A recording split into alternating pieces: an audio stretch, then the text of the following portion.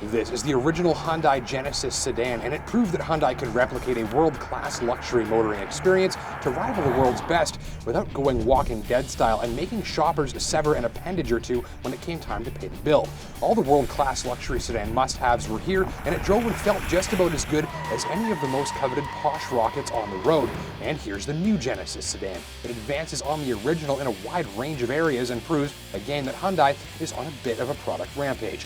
The point of the Genesis is to be a flagship, a rolling showcase of design, engineering, and luxury capabilities. So it's built perhaps not as much to challenge established big, fast luxury cars as it is to prove that Hyundai can pull off a similarly top-line product for a whack less money. That's apparent inside. The first Genesis was a little more stately and laid back where cabin styling was concerned, where this new one exudes pure, modern, high-tech luxury. The shapes are less soft and boring, more angular and bold. It's fresh and new and dotted with interfaces and displays that proudly show off a little high-tech flair too. Don't miss the analog clock either, which is pure classy.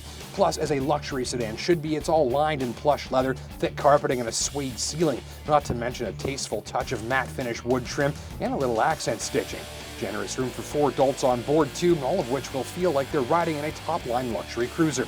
And outside, where the original Genesis sedan seemed a collection of styling cues you'd already seen before in other mostly German luxury cars, this new one is more original looking, more daring, and more confident.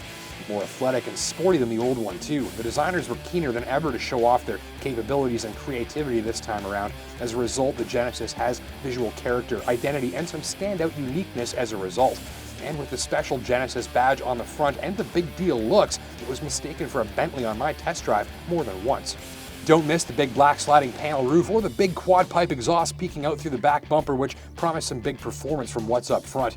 This is the Tau, a 4-cam V8 that powers top-line models and proves that Hyundai can do world-class engines like anyone else. Targeting big output for its size, it's a 5-liter with 420 horses. It's a beautiful engine in terms of refinement and sound, though there's not much sound thanks to an acoustic cover and sound-trapping seal system under the hood that block much noise from escaping. We did manage to make some escape from the tailpipes, though. The Tau is very smooth and works with a soft and gentle throttle calibration, ensuring that power never comes on too abruptly. Still opened up for passing or out of a red light, it piles on the juice with urgency as the revs climb, plowing torsos into seatbacks with nearly electric car smoothness in the process as a tastefully restrained growl seeps into the cabin. It's fast, enough that you'll almost want to go look for a rocket thruster sticking out of the back. And drive it gently and you'll never hear or feel a thing, including shifts from the 8-speed paddle shift automatic. And so us Canadians can use more of its refined power more of the time. Every Genesis sedan is now fitted with H-Trac all-wheel drive as standard across the model range, since Hyundai figures if it was optional, almost everyone would order it. The all-wheel drive, as well as other system calibrations, are fine-tuned by this Drive Select Mode button, which sets the Genesis up for standard fuel-saving eco or more responsive sport driving settings. On any drive and in any mode, the underlying sensation is one of comfort and relaxation. Genesis sedan rides like a truly premium piece, keeping its composure over the rough stuff and letting only a little pitter-patter from the tires into the cabin as they pass cracks in the road. It feels heavy, smooth, creamy, and quiet where the ride is concerned, which makes it a great place to relax. That's backed up by the steering, which is fairly light and laid back, a bit heavier in sport mode, but still luxury first.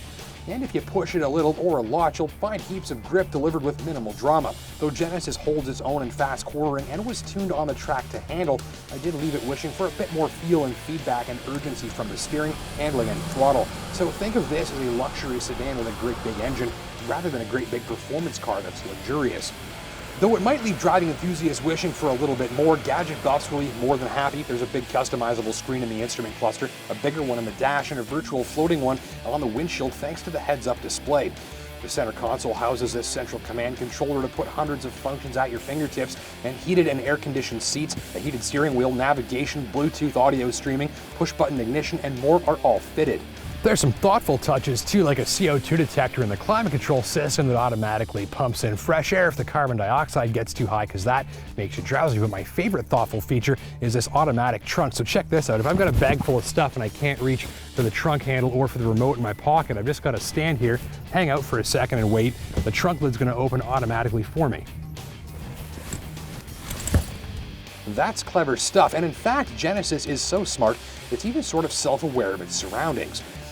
So like the world's other pricey premium luxury sedans, the Genesis is fitted with technology that uses radars and camera to kind of help watch the world around it, even in instances where maybe you're not. So up front, it watches the road ahead for the closing distance between itself and another vehicle in traffic, warning you if you've got to take corrective action to brake. It can see its own position between the road lines, so it'll alert you if you're drifting out of your line without a signal on. And in the back, sensors actively monitor the blind spots, which light up an icon on the side view mirrors if there's a car you might not see. And those same sensors look farther down the road if you're backing into a laneway and alert you if there's a car coming that you might not be able to see yet.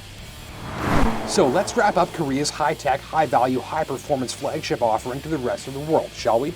Mileage on my watch saw 1,620 kilometers using 129.6 liters of fuel for an average of 12.5 liters per 100 clicks. That's no Jetta TDI, but it's on par with similarly potent big all-wheel drive sedans for where and how I drive. The biggest draw here will be the featured content, performance, and luxury for the price, and test drivers will like the comfortable ride, comfy seats, and Lexicon stereo system, which is just bananas. A tight turning circle makes it easy to park, too.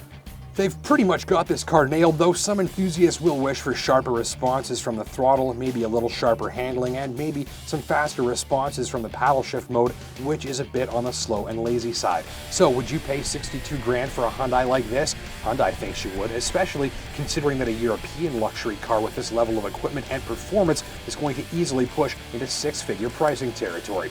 And if you're after something a little more modest, power and price-wise, you can get your Genesis sedan with a V6 too.